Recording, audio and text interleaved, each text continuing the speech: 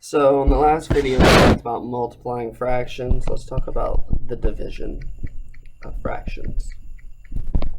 So division of fractions. And it looks like I forgot to change my pen to black. Alright, so the division of fractions. If I have a fraction a over b divided by c over d, such that b, c, and d cannot equal 0. Now the reason why is because I cannot divide, I'll change that to blue, I cannot divide this number by 0. You cannot divide anything by 0. And the reason why is because a divided by 0 equals an error. It doesn't exist.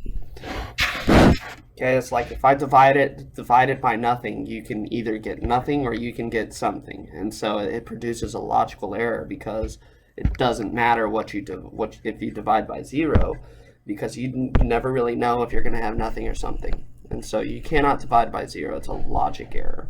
Okay? But basically, when you have two fractions, this is what we call a complex fraction. Okay? That's the type of fraction it is. And basically what you have to do is you have to multiply by the reciprocal of c over d. So this is the same thing as a over b times the reciprocal of this fraction right here. And the reciprocal of that fraction is the flipped version of it. So it's actually d over c. Okay, so now in this instance, d still doesn't, you still don't want d to be 0 because then you're just going to get 0, which is why I said in the first place that you don't want d to be 0. Now d can be 0 in this portion now because you can divide 0 by a number.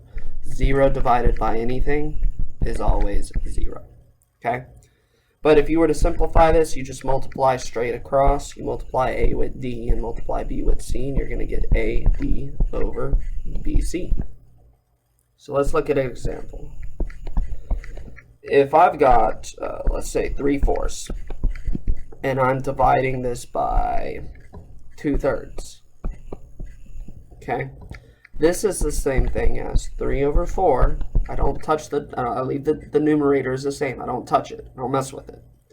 And I'm going to multiply by the reciprocal of 2/3, which is 3/2. And then you'll get 3 times 3 over 4 times 2, which equals 9 over 8. And then you think to yourself, can it be simplified? The answer is no.